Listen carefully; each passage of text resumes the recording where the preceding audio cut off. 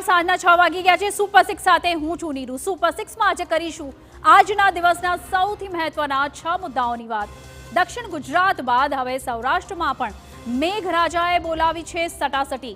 સાથે જ બાળકોને ભરખી જનારી કાળમુખી માખીના ખતરા વિશે પણ આપણે જાગૃત કરીશું। બેફામ રફતારે કેવો કહેર મચાવ્યો તેના હચમચાવનારા દ્રશ્યો પણ આપણે બતાવીશું।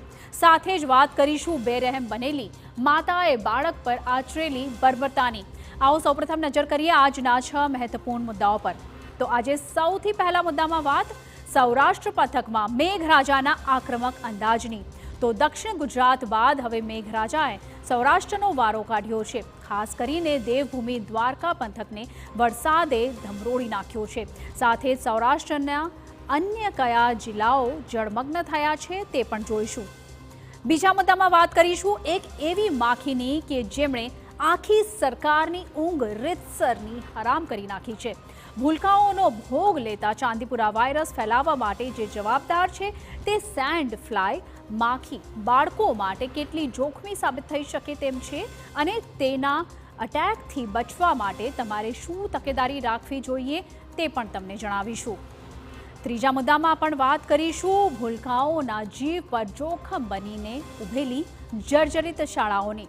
કેવી રીતે સામાન્ય વરસાદે ગુજરાતની શિક્ષણ વ્યવસ્થા અને શાળાઓની બદતર સ્થિતિ કરી નાખી છે તે આપણે બતાવીશું અને TV9ના અહેવાલ બાદ દોડતા થયેલા તંત્રની કામગીરી પણ આપણે દર્શાવીશું।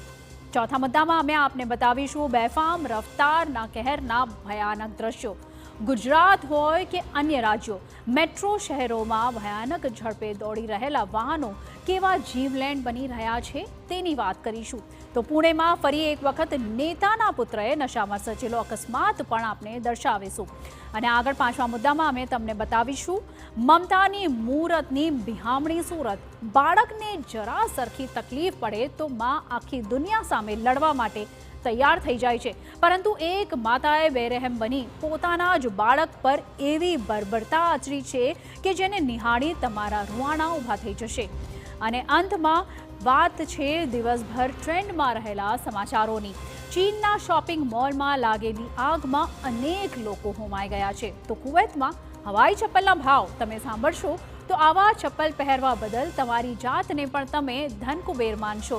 અને કર્ણાટકમાં ખેડૂતનું અપમાન કરવું શોપિંગ મોલના કર્મચારીને કેવી રીતે પડ્યું છે ભારે તે આપણે બતાવીશું।